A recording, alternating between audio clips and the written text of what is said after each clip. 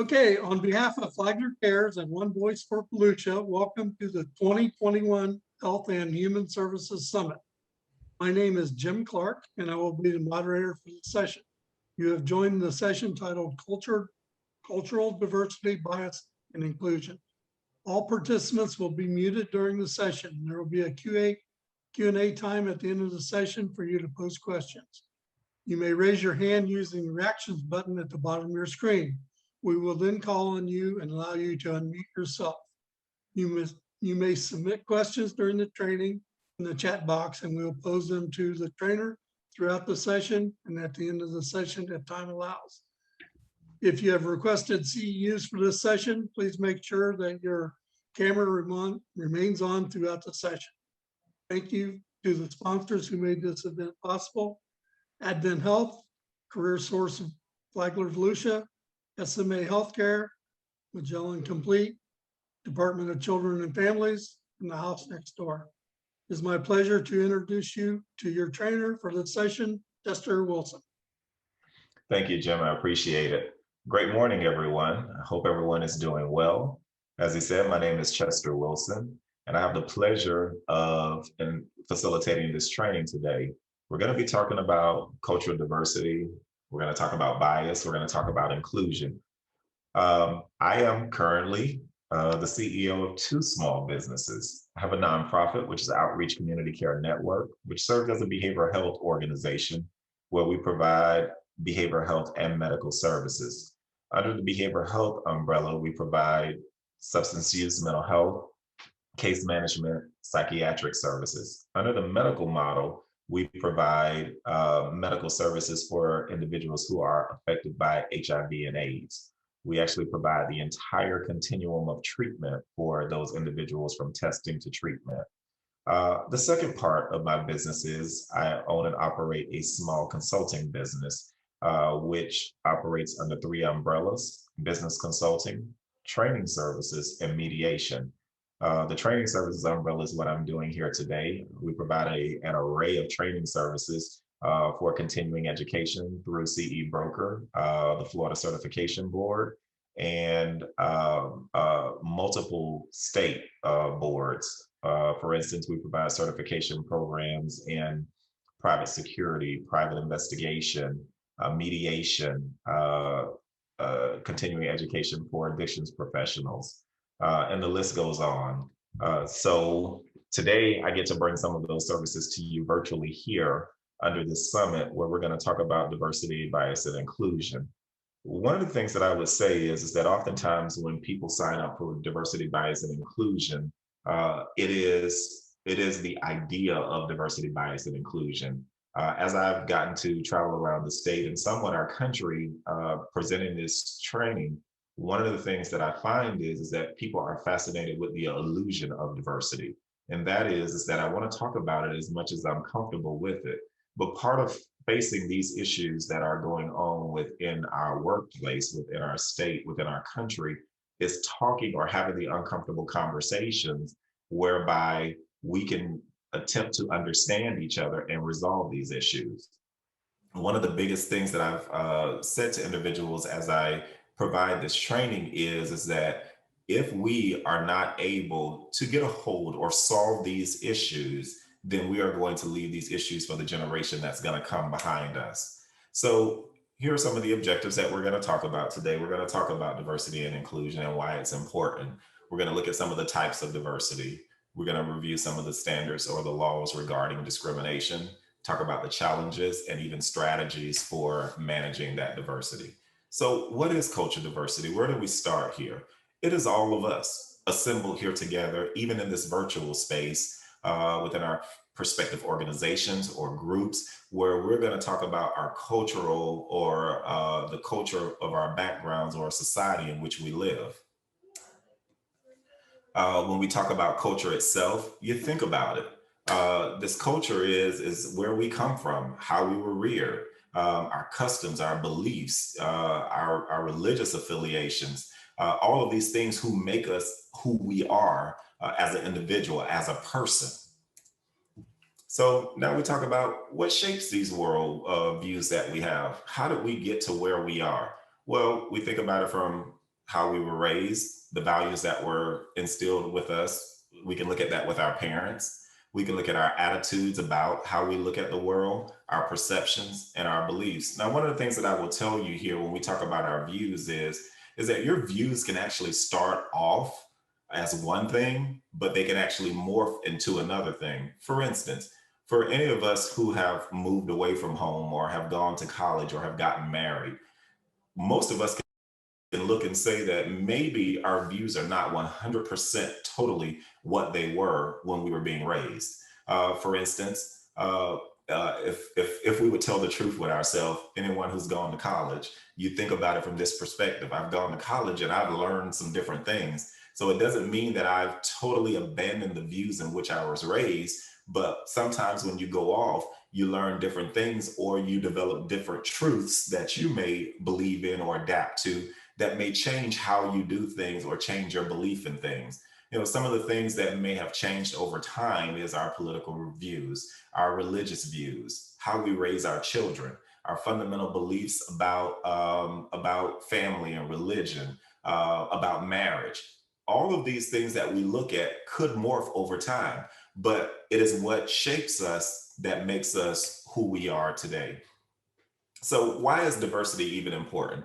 If you think about this from a perspective, we have many organizations who are pouring millions of dollars into their organization by hiring diversity and inclusion officers, administrations, bringing in trainers to conduct trainings. They're spending a lot of money into diversity. But let's ask ourselves, why are they doing that? The reason that they're doing that is because if you look at the state of our country right now, especially what's going on nationwide, we see that there is actually a need for diversity and inclusion. And what we find is that if we are not conscious and we're not intentional about the diversity and inclusion within our organizations, it could have some grave repercussions. As a result, we are seeing individuals who are losing their jobs, losing their livelihoods. They're being blasted over the media with their 15 minutes of negative fame. We have individuals who are forced to step down. Families are being attacked. There are so many implications that are happening because we are not embracing the model where we are respecting everyone in their diverse views or who they are as individuals. So let's think about this from a national standpoint. Most of what we see in the media right now is either politics or law enforcement. And as I said earlier, sometimes it gets to be an uncomfortable conversation, not about a particular view, but about what we have that's happening within our nation. So we see within our media outlet right now, from a law enforcement perspective.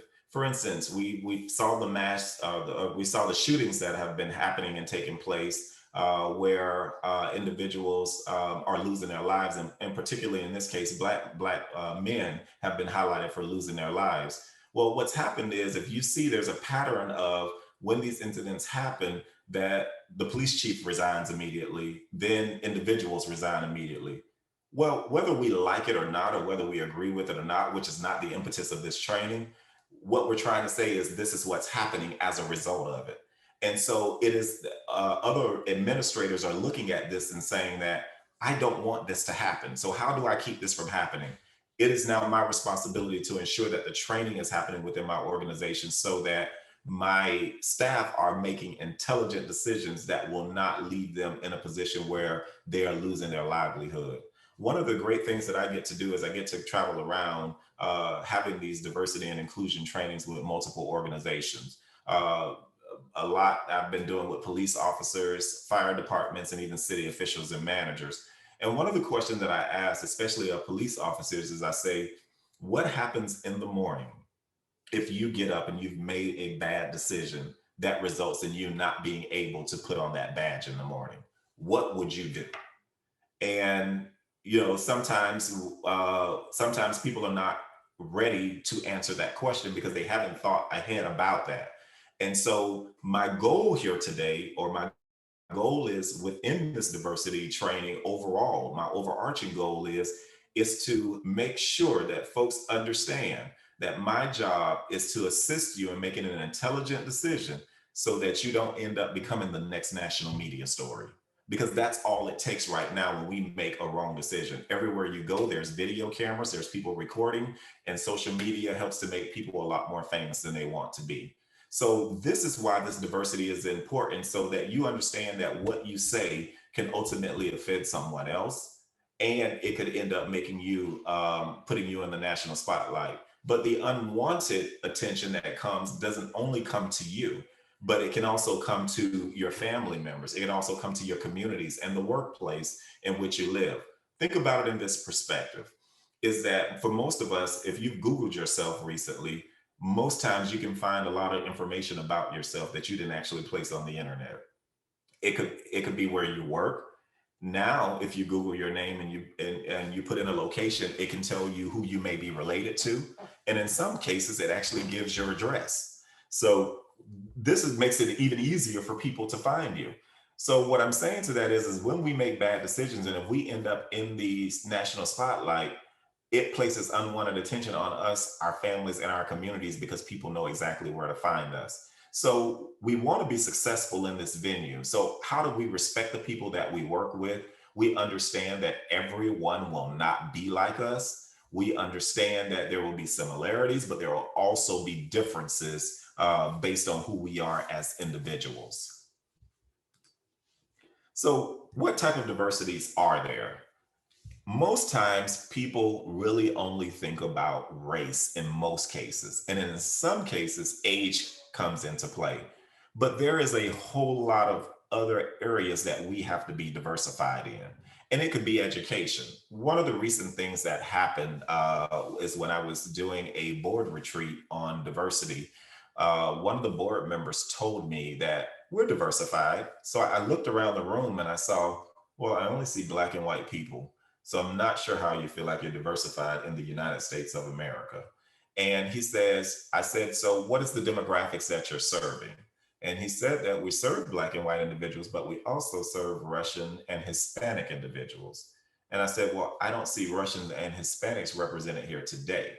And he made the mistake of saying something that I'm glad he said where he could be corrected and he didn't say that on a platform where it could be repeated, because serving in a board position in a city could get you into some trouble by saying the wrong thing. He said we're diverse because we have different educational backgrounds, so we can provide them with the experience they need. I said, so what you're trying to tell me is that you have experience being a Russian or Hispanic, and you can tell them how to live their lives.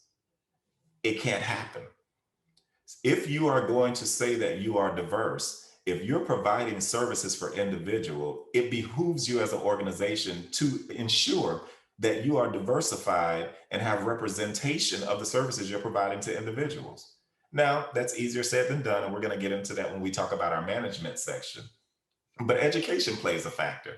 Sometimes people are siloed by do you have an academic degree, or what is the level of your academic degree? Definitely, we see political beliefs play a role in this a lot, where politics separate a lot of people. If you're not from a political party, you have sometimes you're cast out. Family, there's diversity within family. And even now, we see a lot of blended families that are happening. Our organizational roles, what leadership you play, language and communication. For anyone who's been in the United States a significant amount of time, we see when you call a 1-800 number, they ask you two questions. Press 1 for English or press 2 for Spanish. Then income. Income separates people a lot by the wealthy or the haves and the have-nots. Religion, how people dress and look. And we're getting a lot liberal with that now. I can remember having a conversation with a UPS administrator not long ago, and he said, I remember when I joined UPS, women had to have their hair shoulder length, men couldn't have facial hair. Now they've loosened up on those policies, but they had to come in and realize that, you know what, everyone is not born the same. And even if people have natural hair, they may not want to cut it. There's a such thing as neat grooming, which organizations can put into their policies and procedures, but do we want to govern the way that people wear their hair? Then we look at work experience. Those are the outer things that lead to these inner things where we get to the most common diversity issues, where we look at sexual orientation, national origin, gender, age, race, and even their mental and physical abilities, which we're going to talk about. So, cultural awareness. If you were born in the United States of America, you were born with a bias. And people don't want to say that. Why don't they want to say that? Because we are afraid that if we say that we have biases, the first thing people would say is, "Oh, you're racist." Well, having biases doesn't mean that you're racist. But this is what happens when we are not informed and we're not educated on what these things actually mean. We all have biases. Think about this. I'm going to take you to a negative place here. Uh, there's a negative name and a negative connotation that we associate with every race. So you think about it. There's a negative name that we associate with Black people. I don't even have to say what that name is. You know what that name is, right? But there's also a negative name that we call white people. There's a negative name that we call Hispanics, Mexicans, Asians. Now, I'm pretty sure with all of these professionals on the line, there's probably very few people, if any, that could not think about what those negative names are that we call individuals.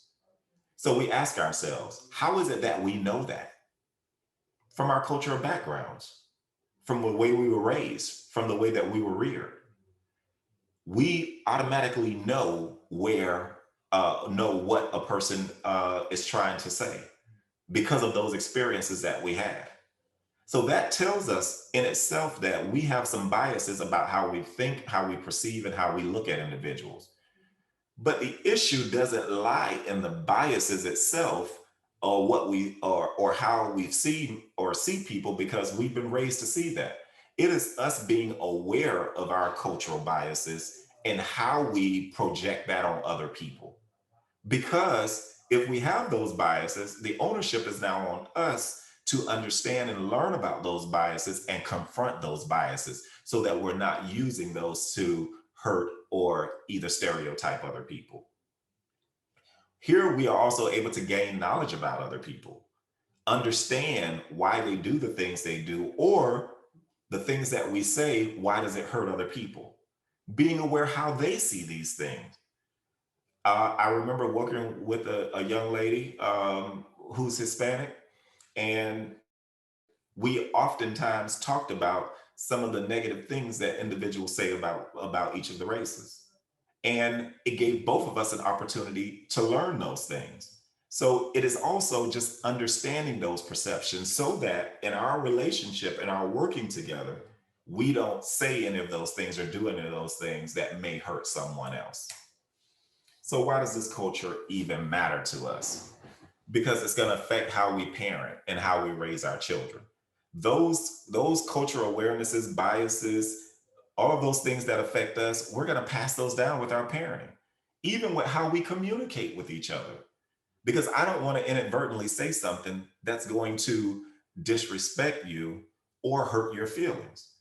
But understand that there's different ways in communication. I may use some jargon that you may not understand. But what we do is we ask questions about that. Body language is a huge thing. Some people don't like touch. Why? Because there may be trauma and other things that have happened in their past that may affect that.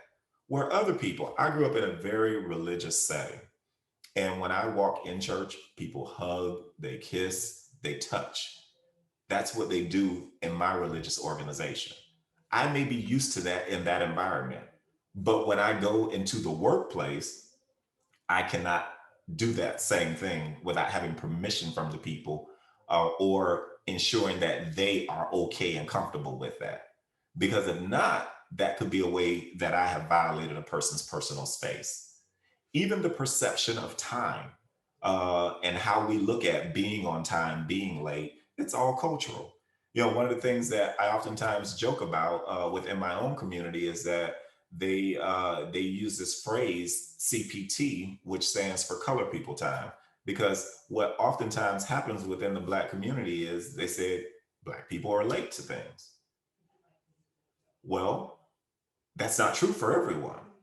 But if we look at that saying that, it identifies that and it stereotypes that to a specific race. Why? Because somewhere along the line, somebody was late enough to attach that stereotype to it. We look at cultural matters because of how we seek behavior. There's stigma in it. Where my history in working in behavioral health programs, when I worked in a delinquency program, the delinquency program was filled with African American males compared to white males. When I went into a substance use facility, there were more white males compared to African American males. Well, when I dug into that, which I created a training program called Mental Health in the African American Community, what we find out is that African Americans don't seek a lot of outside help. So even in a cultural setting, when we wonder why support services are not offered, they don't seek a lot of help. Now, there's a whole lot of reasons why that goes into it, according to research and experience. But when we're just looking at culture, understanding that culture is that African Americans are reluctant to receive that type of help, while generally white Americans will say, "Hey, I have this problem and I'm looking for this help." Then we look at the use of those services and understanding those services, but most importantly, how we see the world. So now we understand diversity, or we get to understand diversity. We definitely know that these are some of the no-nos in the workplace. Inappropriate workplace jokes and behavior. You can be riding in the car and hear something on your favorite radio station, and you can find it so funny. But then you go into the workplace and you say it. And I don't know if you've been the person to say it or heard someone else say it, and they are just laughing, and you're looking, and you're like, not really funny. We have to be cognizant of that, that things that are funny to us may not necessarily be funny to other people. And if you look at it now, when we talk about understanding diversity, comedians are being called on the carpet for some of the jokes that they've created. Jokes about blind people, jokes about gays, jokes about blacks, jokes about white. Because people are saying now that, well, while it may be funny, it could be seen as mean spirited. Again, we're not going to argue the logistics of right and wrong. We're going to argue the point that this is where we are in our society right now. Recently, you saw one of the comedians, Kevin Hart, with the Oscars, where he had made jokes and his past caught up with him. It began to be a controversy. This played out in the national media attention, or in the national media spotlight. So what I'm saying to that is that even in jokes, everything that people find is funny is not really meant to be said or regurgitated to other people. Having a lack of diversity in the workplace, that has now come to national attention, where individuals within the workplace, they're expected to have a staff that is reflective of the individuals that they serve. And then we get down to cultural awareness. That is how we touch in space varies. You heard me just talk about people touching each other. Eye contact in terms of how we are looking at each other. I once asked a Haitian friend because I was having a conversation with her daughter, and her daughter was looking down as I was talking to her. So I asked her, I said, "Why is it every time that I look at your daughter, she's looking at the ground or looking around? She would never make eye contact with me." And she said to me, she says, "Oh, Chester, in our culture, looking an adult in the eye is a sign of disrespect." So those are some of the things that we learn when individuals when we take time to learn what other individuals are saying. Looks like we have a comment here. I like the perspective of realizing this is our current society. That is very true, Ashley. This is our current society. And the thing why I tell people is we spend so much time arguing whether we like it or not. But the fact of the matter is that we're here. And if we are not moving with the society, what does that mean for us in our career? We always have the opportunity to bow out. We always have the opportunity not to do these things. But we also understand what this means, that if you're getting government funding or state funding, or there are certain things that these people are going to want for the funding that they are receiving. Gestures, when it comes to nodding and shaking heads. One of the things that I add into this training in the Black community is I shake a white man's hand very differently than I shake a black man's hand.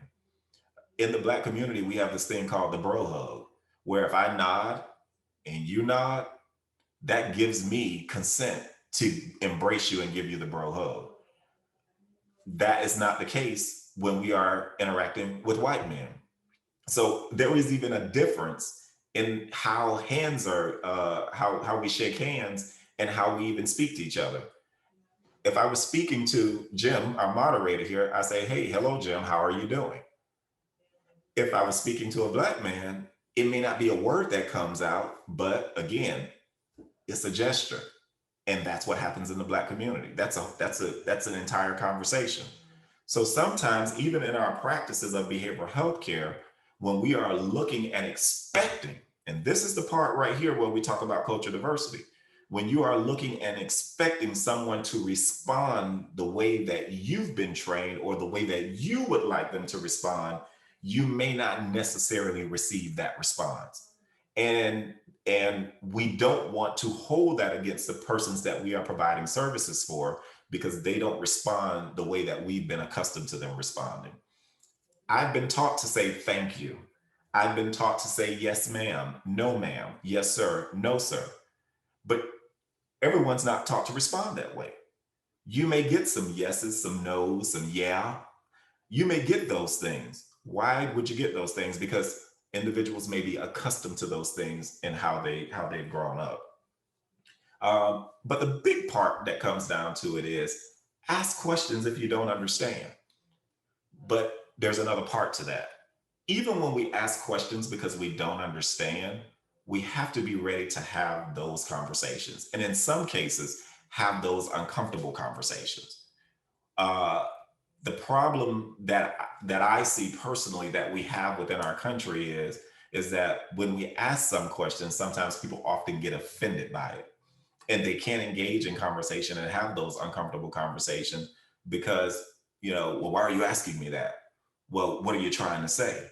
But the only way for us to truly understand each other and be able to respect each other or respect each other's boundaries is to be able to have those uncomfortable conversations and be able to ask those hard questions. So, understanding cultural differences, it's family. And even if you think about this with family, just by a show of hands, does anyone look at your family and say, I'm somewhat different from my family? We don't act the same. We don't do the same thing. We don't respond the same ways. Some of us, we have different families. And it's siblings who have the same mother, the same father, but we see life totally different. We operate totally different. Then we talk about the concept of an exact time is not used or reinforced in some cultures. You heard me talk about that. Some cultures or group stress the veneration of their ancestors and how they did things. And even eye contact varies by culture. So where are we now? The United States is more diverse now than ever. And we see that because the only thing it takes for you to do is click onto the news and you hear them talking about the borders and protections and all of those things. Whether we like it or not, it's happening, it's here. And we have immigrants that are here in the United States. As you heard me say, you got to press one for a different language or two for another language. It's happening. We are diverse here in the United States. It's a given fact that it's happening. More women are working than ever before. Historically, back in my parents' days, women were largely homemakers. Now we have women that are leading Fortune 500 companies. It's there. That's where we are. The workforce will continue to get older. Why? Because we have 5 generations that are working within the workplace right now. We have our veterans, we have our baby boomers, Generation X, Generation Y, or millennials, and now we have post-millennials that have now entered the workplace. So we have 5 generations working within the workplace. So that means that our post-millennials that are in the workplace now could actually be working with their grandparents or great-grandparents. I don't know about you, but can any of you imagine working with your grandparents or your parents? So 5 generations working. What does that mean? That means out of those 5 generations working, there's going to be a whole lot of ways that people do things differently. We're not going to have people that are going to solve issues the same way. We're not going to have people that are going to work at the same pace. We're not going to have people that do the job the same way. Some people will be advanced in technology, while some people will still be writing with pencil and paper. They'll have different ways of how they do the job. But you have to think about this: 5 generations in the workplace. There are some times that I look at it and my son does things totally different from me. So imagine being 5 generations removed. It's happening. The part and parcel of that is because people are now working a lot longer.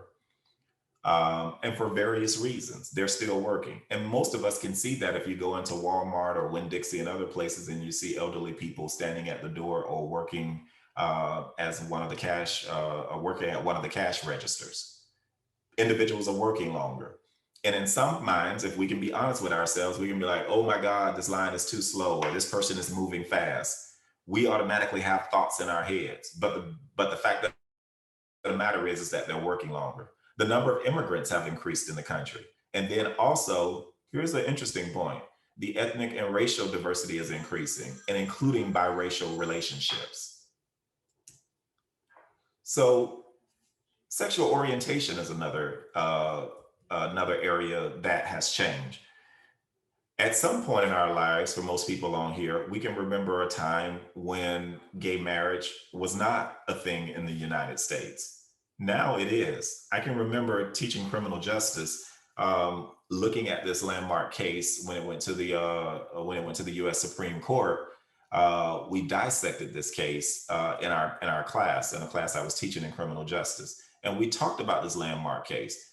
And I want you to stick a pin in something. When the LGBTQ community petitioned the Supreme Court for rights, they petitioned the Supreme Court for equal rights. They weren't taking anything less than equal rights. They wanted the same privileges afforded to a man and woman than also afforded to an LBGT relationship. So they weren't going with anything less than equal rights. So here's what happens: they petition the Supreme Court and they get equal rights. Now spouses get benefits. They can get married. Basically, they can do the same thing of any other couple, heterosexual couple. But I'll give you some self-disclosure here and tell you where I messed up in this area. So I followed this case very closely, teaching, because it was one of the assignments that we did for my students in class. I also am a mediator. I serve as a family mediator, family circuit and county mediator. And I can remember being at the Volusia County Courthouse to cover a mediation. I go to the door, and when I go to the door, there's 2 ladies standing at the door. I handle this just like I've handled hundreds of other mediations. I say, come on in, have a seat. And when the other party gets here, we'll get started. And as I was walking off, you know how that voice hits you in the head? And I turned around and they looked and they said, we are the parties. In my head, based on my rearing, based on my perception, the fact that I had never even done a mediation divorce with a gay couple, I assumed that I was going to have a man and a woman come in. Never did I think that the 2 women who were standing at the door would be the couple. I turned around, I apologized. I said, I'm sorry. I said, to be honest with you, you'll be my first gay couple that I ever mediated a divorce for. And they started laughing and we had a conversation about it. We began to understand each other, understand the experiences of each other. And then we moved on with the mediation. But what that tells you is again, we all have biases. If we are born in this United States of America, we have preconceived notions about how things ought to be. But the reality of it is we got to have those conversations in order to understand each other. So what are some of the challenges of diversity? And that is, we have to try to really create an environment that's inclusive of all. If we don't do that, then what we're doing is we are intentionally or unintentionally siloing individuals. As leaders, you must minimize destructive conflicts and then try to maximize diversity and output. And we're going to get on some of the things that leaders must do a little later on here. So we look at labeling. And it goes back to what I said, what I asked you to do the exercise about thinking about all of these negative names that we call each of the races. Well, we do that same thing with labeling.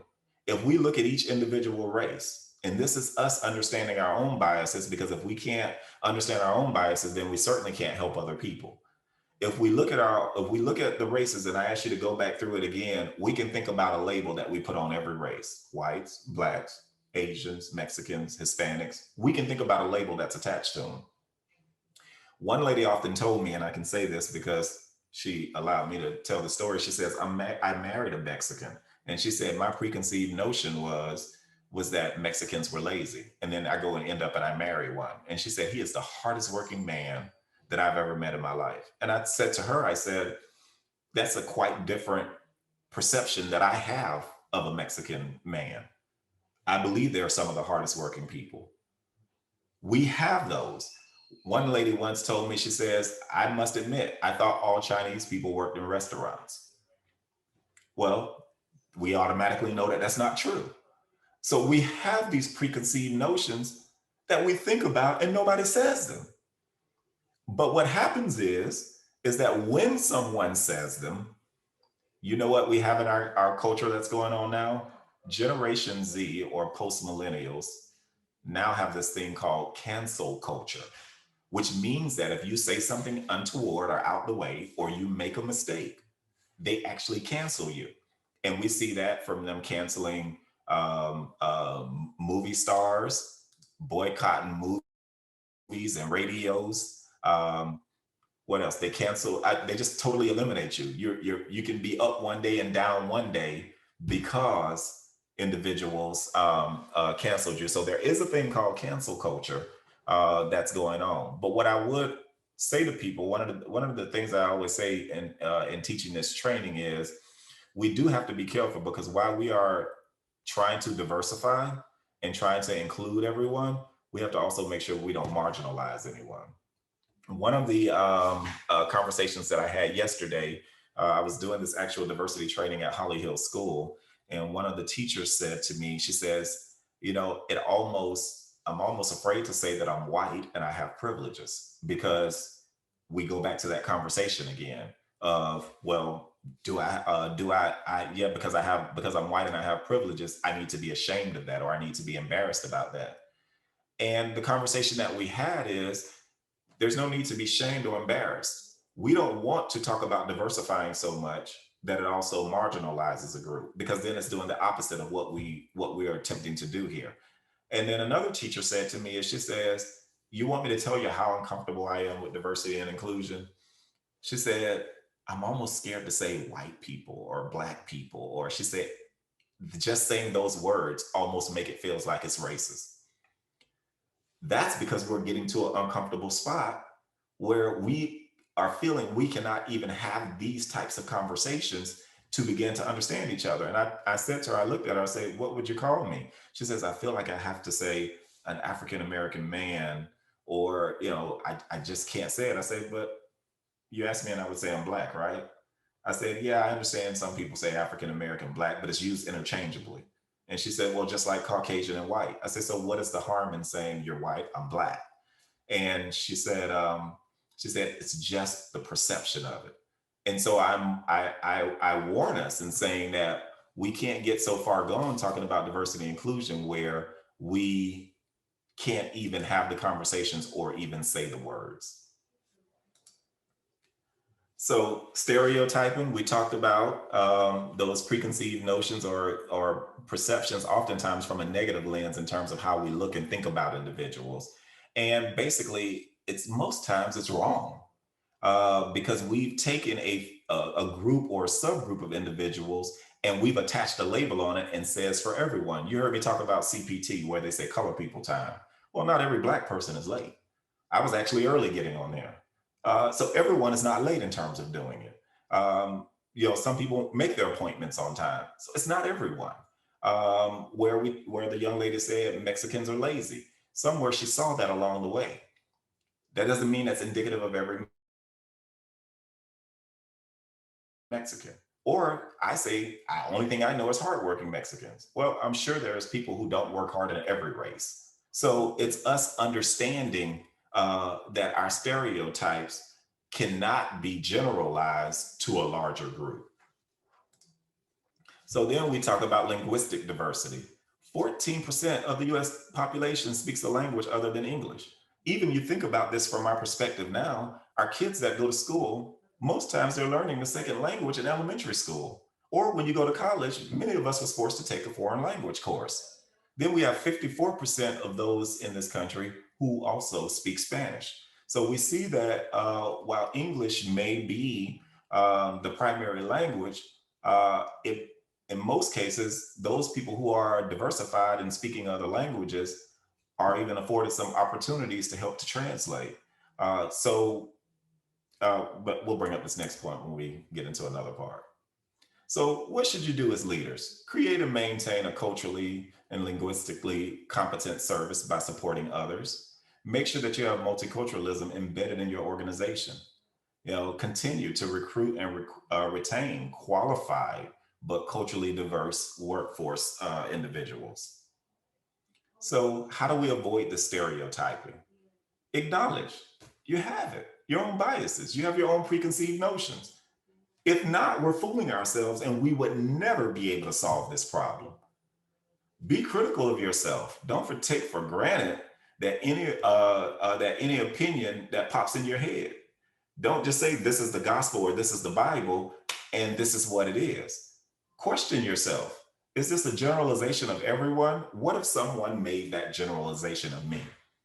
Work to understand how your preconceived notions impact the way that other people view things or even view you for that matter. Know your labels and to whom you're attaching those labels to.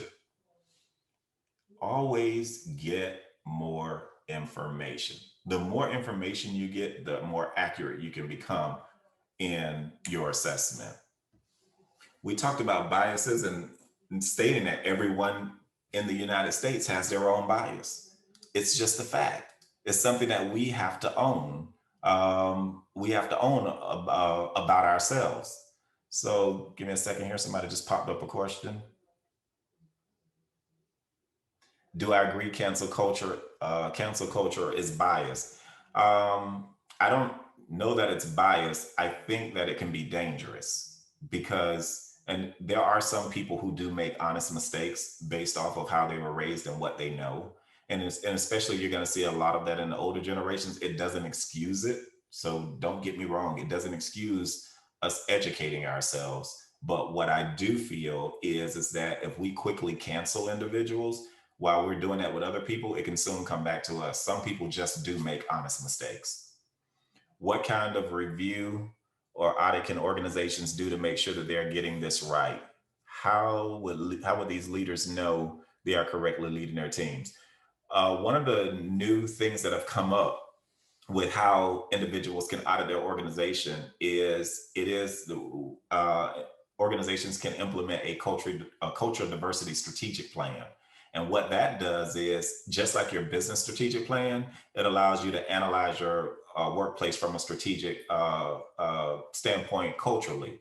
If you don't have anyone that's within your organization that can adequately do that, there are individuals who specialize in strategic development. And again, you have to be intentional and you have to be open and receptive to what's going to come from that, because a lot of people like the illusion of diversity and not necessarily deal with the diversity in itself. And I really make that clear when I go around to a lot of organizations working with them, because most people will see me and they were like, well, can we just hire you? And I'm saying, no, that's not what you want to do. You're bringing me in. You don't have to deal with me every day. But what you need to understand from this standpoint is that if I were in your organization, I would be pointing out these things. And right now you're open and receptive to it because I'm just giving you a report. I'm giving this to you. But if you are intentional about it, then you will want these things corrected within your organization and not just the idea of having someone in here to say that I have a diversity and inclusion officer. And you wrote, is it helpful to also share that biases exist in every country, not just here? Yes, Kathleen, you are 100% correct. It is within every country. And that means that those individuals that are migrating to the US, they also come with their biases about us, whether they're right or wrong. Great questions, everyone. So here's probably one of the most unpopular and uncomfortable topics that people have. This seems to make people cringe. And oftentimes I get, your presentation was very good until you got to that one part that I just didn't know how to respond to it. But here's the part where I say the illusion of cultural diversity. This is a part of why we're here. We had last year, one of the, I thought the O.J. Simpson trial would be the highlight of my life, seeing that play out on television. I don't mean highlight of my life, but one of the most infamous celebrated trials on television. But the death of George Floyd brought on another issue in the United States. And what's interesting about that is that we are stuck communicating and arguing about the facts of George Floyd's death. And people are not arguing and communicating about the fact that it's continuing to happen. What I asked you earlier to think about with the LGBTQ community when they went and petitioned the Supreme Court for rights, they petitioned for equal rights. That's what they asked for. You remember me saying that? So they petitioned for equal rights. You fast forward to Black Lives Matter. If most people have been following the Black Lives Matter movement, the Black Lives Matter didn't ask for equal rights. They just asked not to be killed. Now, here's the thing. Everyone or anyone can jump onto something and make it their own. But the impetus of Black Lives Matter was to say that a group down here is saying that things are not going right for us. It's not. And what we're asking for is attention on this matter to stop it. But in typical fashion, especially as a behavioral specialist here, what we tend to do is we tend to try to focus on details of a significant event, as opposed to looking at the matter and saying, well, if these people are crying saying that this is a problem, we probably should look at it. As a result of what's happening with African Americans in the police department, we have a country that's in civil unrest. And think about this from this perspective. While the jury was deciding the case of Derek Chauvin, guess what happened in the nation? There were 2 other shootings that happened at the time that this case was being deliberated. So what do we find? We're back in civil unrest again. Guess what we're still dealing with today? We're still dealing with civil unrest. So this is what I said when I said, if we are not able to resolve this issue, your children are going to have to deal with it.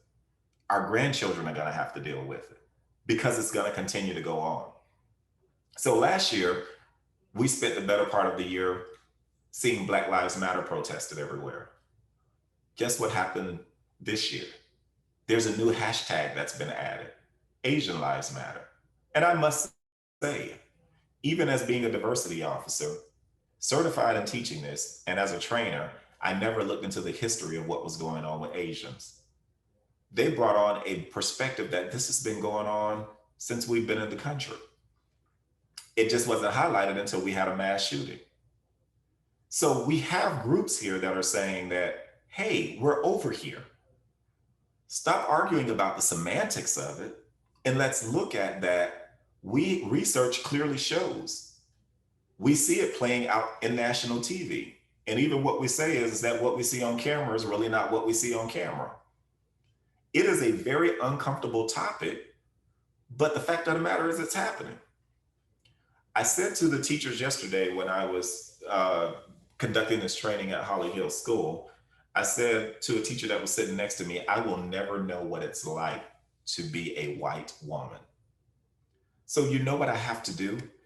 I have to understand the experience of white women around me to understand their plight of navigating through the United States or living while in the United States.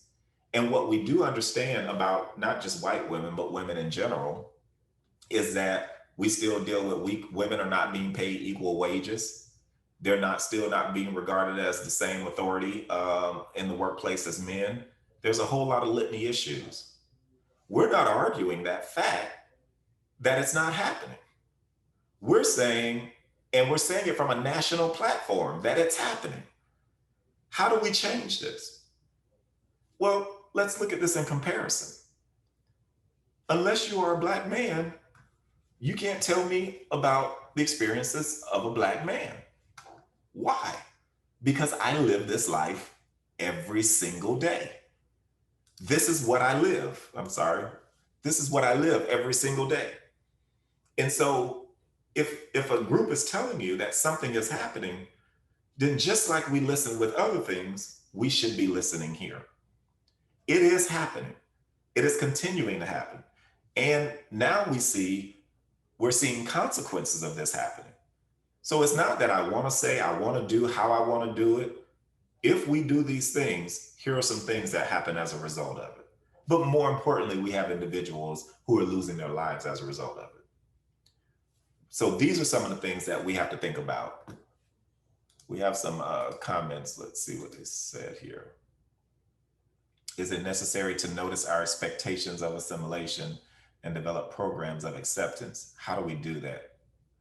Do we need to do this? We need to take an evaluation within our workplace to say we have groups or individuals who do not feel included. We owe it to our organizations to do that. And then it goes beyond that. As a leader, as a manager, as a CEO, I would want my staff to be inclusive because that's going to affect retention. It's going to affect recruitment. It's going to affect the reputation of my organization. So yes, I would say that we really, really need to ensure that we have a plan, that we develop a plan, and that we put it in place that shows that we are accepting of these individuals that come in the workplace. Does that mean that you should not have workplace standards, codes of ethical violation, and other things that are specific to the work that you provide? Yes, you should have those in place, but it doesn't exclude from making individuals feel inclusive within the workplace. Someone said, I saw a bumper sticker yesterday that said, putting a color in front of Black Lives Matters means you are biased. And this is where I say that people are taking what was meant as an initiative to bring attention and awareness to something. This is where people put their own spin on things. I'm not necessarily in favor of all of the cliches and quotes and things that people have. I think that the impetus or the foundation of the movement speaks for itself without other people adding their pieces on it.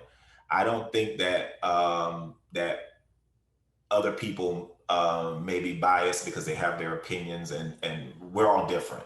That's just like you jumping on me for my opinion about how I see things. But what I will say is I did see this example, which I thought it was a perfect example. We know that many people get killed by the police, and we know that other issues happen.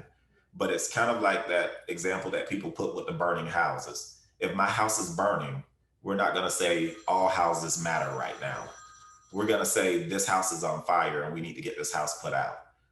The same thing is happening here with Black Lives Matter.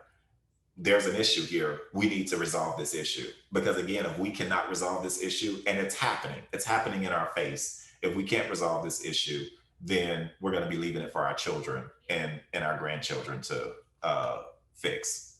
So let's see, something else here. Setting a priority is not bias, or is it? No, not necessarily. It's not. You're setting a priority. It's not necessarily bias. It's just like I would set priorities, regarding my personal life. Doesn't mean that I'm biased, but what ends up happening is when we start excluding other people or purposely targeting people through what we're doing, that's where the bias and then all of the racism and the discriminatory practices start coming in. So I hope I answered your question.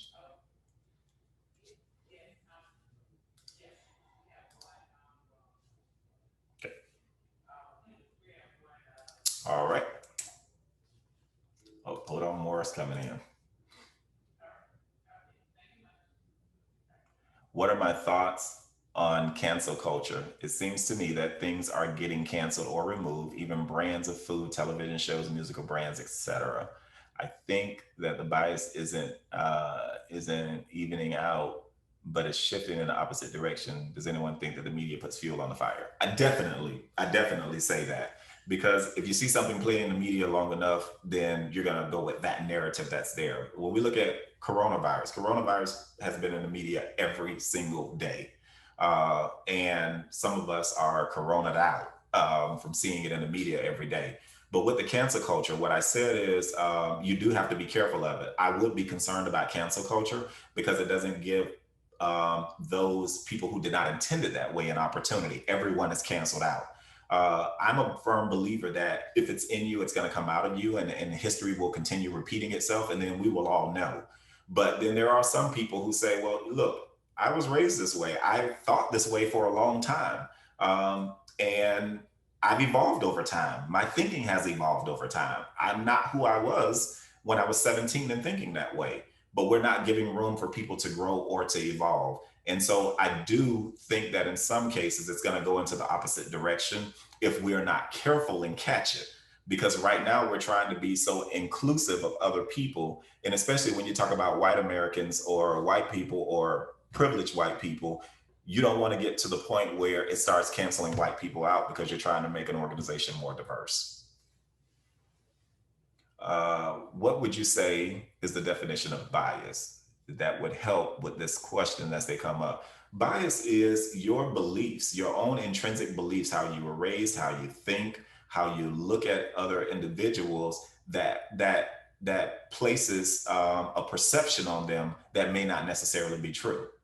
It's like saying all Black people are lazy because you've encountered that. You place that bias or that perception, that stereotype, whatever you want to call it. You've placed that on everyone, generalized it at large.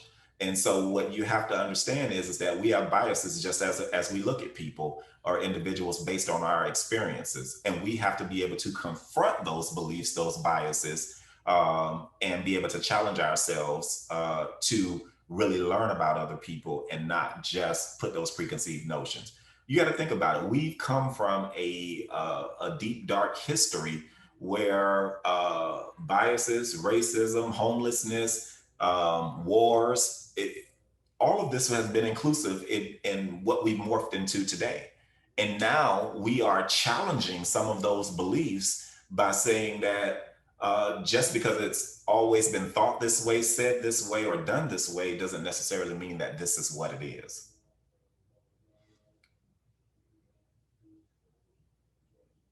Uh,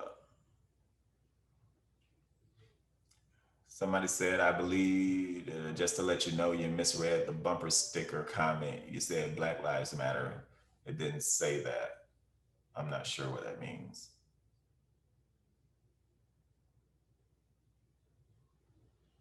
I'm not understanding what that means. If you want to turn off your mic and state that, I'm not quite sure what it meant. Okay. Okay. So as we wrap this up, we talk about the effects of COVID-19. Um, and even with COVID-19, we see that diversity played a role into COVID-19. And here's what I say about these issues is that we had people who were sitting in seats making decisions for other people, but stating what was best for them. Now, here's what's interesting, where a hot mic situation happened with a school board where they didn't realize that their mic was hot and they were talking about how lazy the parents were and they just needed babysitters for their kids while COVID-19 was going on. Well, we know that entire school board had to resign by the time they realized their microphone was on and that the whole world was, or that someone's recording them, and now that the whole world will be listening to it. But COVID-19 disrupted a lot of lives for people, and a lot of people lost their lives as a result of it. Some people believe that COVID-19 was real, and other people believe that it was a hoax. But what we do know is that over almost 1 million people are dead as a result of it, including my stepdad and cousin. You know, so we lost people during COVID. But we also stereotype people doing COVID. And as you heard me say, the school board did it. We did it on national TV. We did it within our local communities. We did it within our workplace. And what we have to be careful of, again, is that while some people may not believe that is real and some people may believe that is real, you have to think about how what you spew, how that affects other people. Because if someone came to me personally and said, well, I don't believe that COVID was real, I just think that it was just a made up thing, and I'm thinking, well, I sure lost a whole stepdad from it. So even in that says that be cognizant. It's nothing wrong with you having your beliefs, but you have to be careful of how you put those beliefs out there with other people. We can't necessarily say that we know what's best for other people and how they do it. Well, you should do this, you should do that. This was a real issue that we had here in the United States that closed it down. So whether we argue about the beliefs or not, and this is why I say people always get into semantics, whether we argue about the beliefs and the realness of it or not, our nation was closed down as a result of it. And we have to understand, we truly have to understand that even in these situations, we can't say that we know what's best for everyone when it comes to diversified issues. Support your staff. Support your staff. Have the conversation with your staff. Even if it's a hard conversation, have that conversation with your staff. You'll love yourself for it better because you will begin to understand what's going on in your nation, in your organization. You'll begin to understand how people are thinking, how they respond to certain things. And most importantly, as a manager, you won't make that mistake. Don't assume. The assumptions we make based on a person's appearance often leads to misjudgments. We may not hear what youth and families have to say because we've already decided they have nothing to contribute based on our own biases. And we do that all the time. Well, what's your experience? What's your level of education? What do you bring to the table? Our perceptions may adversely affect our ability to communicate effectively with those who are different from us. And we have to be able to own all of that. Do your homework, learn about other cultures, respect their, learn and be respectful, learn respectful behavior, seek understanding, and review your agency's culture diversity guide. Even if you don't have one, put one in place. Here's what I would say to managers. Your responsibility goes a lot further than just being named manager or being seen as a supervisor. We have a responsibility to ensure that we are guiding these activities within our workplace. Because as we see in the news media outlet and everywhere else, when these incidents happen, the first person that ends up going is the manager, the CEO, and then it trickles down from there. I don't want anyone, especially here in my own community, to bring that unwanted attention where we become the next national media story. We can avoid this by understanding each other, by talking with each other, by having the hard and uncomfortable conversations so that we don't go out and make these mistakes. Learning about and accepting diversity will just basically improve who you are. Not only improve who you are individually, but improve who you are professionally. So at this time, I'll open it up if anyone has any comments, questions, or anyone want to type anything into the box. Thank you, Marisol. Any questions, any comments?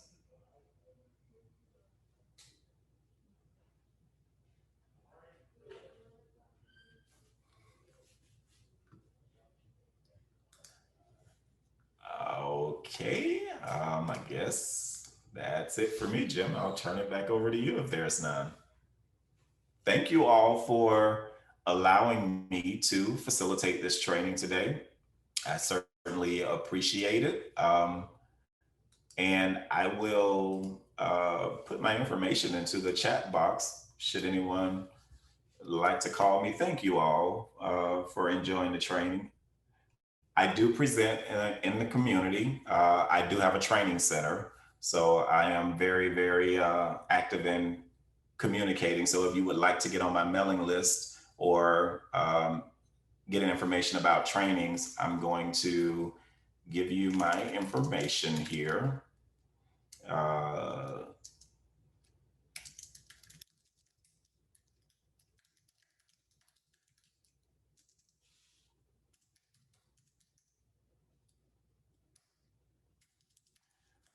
There's my contact information. I'm sorry, I just put that in the wrong place.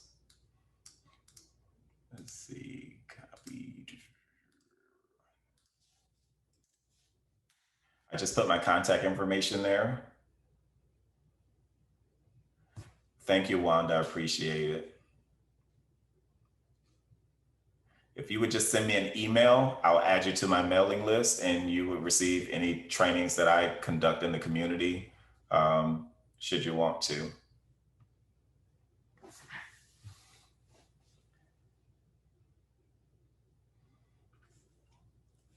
So again, my name is Chester Wilson. I am the owner of CW Consulting Firm, a local training agency. And thank you all for allowing me to facilitate this training today.